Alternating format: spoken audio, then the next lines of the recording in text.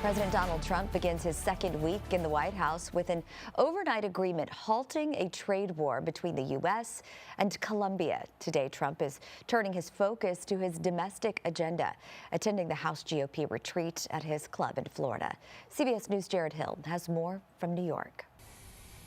President Donald Trump, back in Florida for the first time since moving back into the White House, is preparing to host Republican House members for meetings at his Doral resort today. The focus, domestic policy, as an international showdown seems to have cooled. Overnight, the White House said the U.S. and Colombia had reached a trade war-ending agreement over deportations. Over the weekend, Colombia's President Gustavo Petro refused to accept U.S. military deportation flights, saying the U.S. cannot treat Colombian migrants as criminals. President Trump threatened a travel ban on top Colombian officials and 25% tariffs on Colombian exports, which would have doubled after a week. Petro initially stood his ground, announcing his own tariffs on U.S. goods, writing, "Your blockade does not scare me." But last night, the White House said Colombia's government has agreed to all of President Trump's terms, including the unrestricted acceptance of undocumented migrants from the U.S.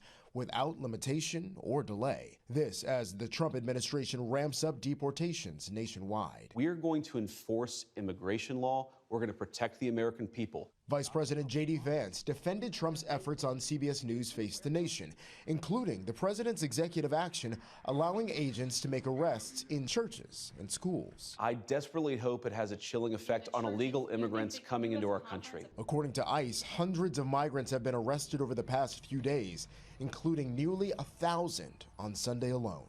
Jared Hill, CBS News.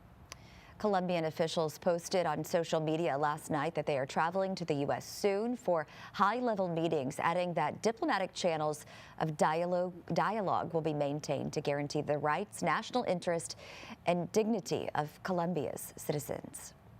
Now to a developing story impacting thousands here at home as well and across the country. We're talking about those deportation efforts that are already underway here in Texas. Federal agents confirming yesterday that immigration raids have been conducted in the Lone Star State as well.